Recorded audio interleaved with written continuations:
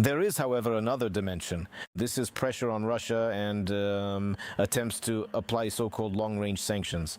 This is essentially a craft Ukrainian story. Let's talk about this further. Despite growing economic problems in Russia and the consequences of Ukrainian strikes on infrastructure, the Kremlin won't make concessions in the war against Ukraine.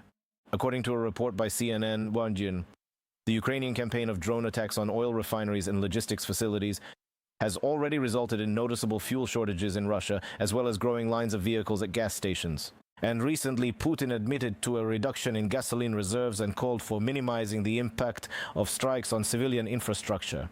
Despite this, most political analysts firmly believe that mounting internal economic difficulties will not change the Kremlin's current position.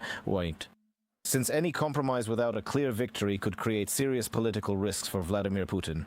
Well, there's a dilemma here too, because if the Russians don't deliver the promised victory, then there will be questions. If, on the other hand, they continue the military campaign, well, there will be the same losses because Ukrainian strikes on oil refineries, as announced by the Ukrainian side, will keep happening. The space industry will remain under attack as well. This is actually information from the past few days. And likewise, Russian logistics will continue to be under attack.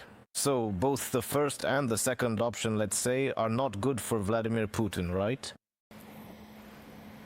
Yes, I absolutely agree with you. Right now, essentially, Putin is choosing between two bad options. There is only one option that is simply fundamentally bad. That is to begin engaging in constructive negotiations now, not from a position of strength, and without actually forcing Ukraine to capitulate. And then there's an even worse option to continue within the current military dynamics that the Russians have, and to expect even longer range Ukrainian strikes, to expect the effective operation of our ballistic program. And we know, it's an open secret, that several tests of our own ballistic missiles have taken place. Our domestically produced KABs are already actively being used against the enemy. And of course, the drone deal, which is now expanding. So on the march, so to speak, Denmark is now joining the circle of countries that have become part of this large-scale agreement on a joint military-industrial complex. And of course, the cherry on top is the anti-ballistic system. Therefore, I am in total agreement with you that if no decisive actions are taken against the Russian Federation, the situation will only continue to get worse. In other words, it will be precisely the scenario that our president of Ukraine, Volodymyr Zelensky, described when he addressed Putin with a formal and public official letter. If he does not agree to sit down at the negotiating table right now, the situation will only get much worse, both for him personally and for the Russian Federation.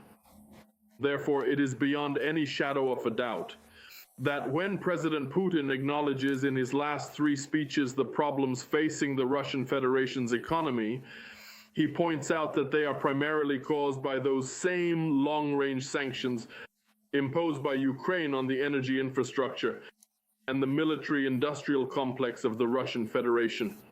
Well, such an acknowledgement, this hasn't happened since the beginning of the full-scale invasion.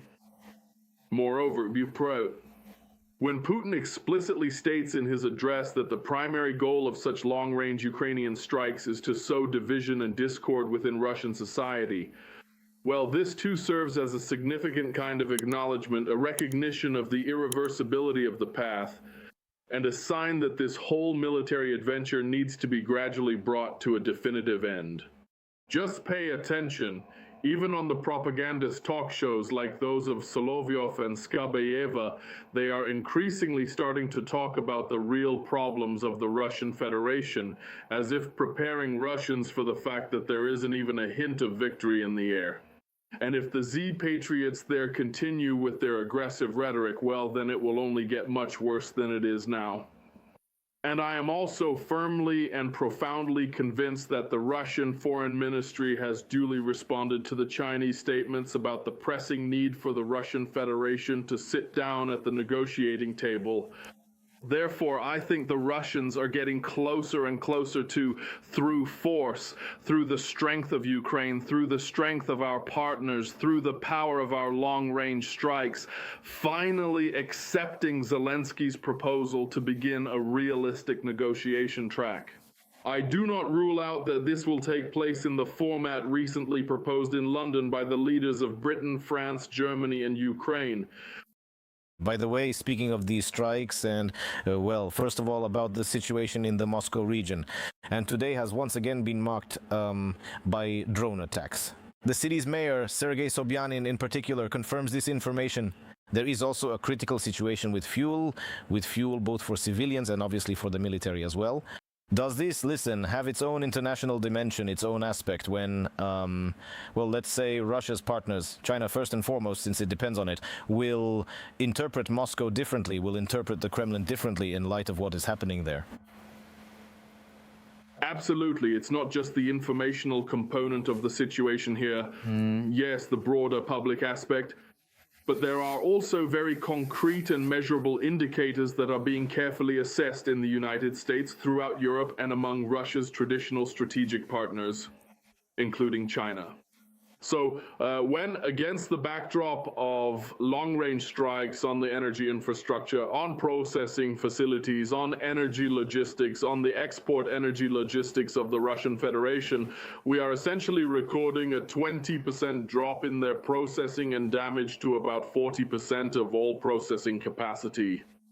And when the Russian Federation is already seeking to sign an agreement to import, let me emphasize, import, petroleum products from Kazakhstan, well, this clearly indicates systemic problems in the Russian Federation's economy and in its energy sector. Russia is even now starting negotiations with India there.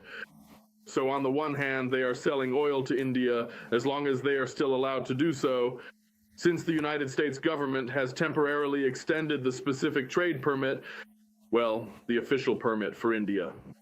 And on the other hand, they are negotiating for India to sell them petroleum products from its own refineries, which will undoubtedly put a significant and lasting strain on Russia's national budget, and therefore will trigger a massive wave of social discontent with the overall policy pursued by Putin and the entire foreign policy adventure into which he has dragged the Russian Federation.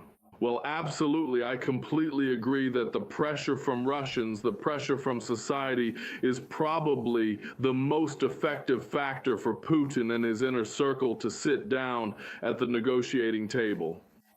And of course, we're not saying that something unpredictable might happen during the Duma elections. Yes, already in September. No, the Kremlin will draw up any numbers they want. But still, one way or another, Putin relies on sociological data on the level of public support and on the level of legality and legitimacy.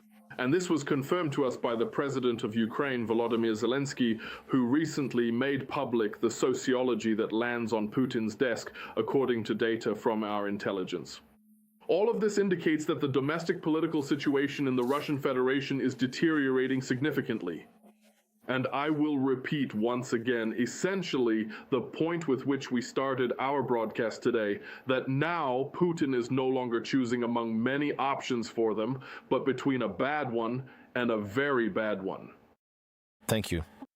Oleksii, thank you for the conversation. Let me remind you, Oleksii Buriachenko was with us live, professor at the Kyiv Aviation Institute and president of the International Institute for Security Studies, who just joined us live.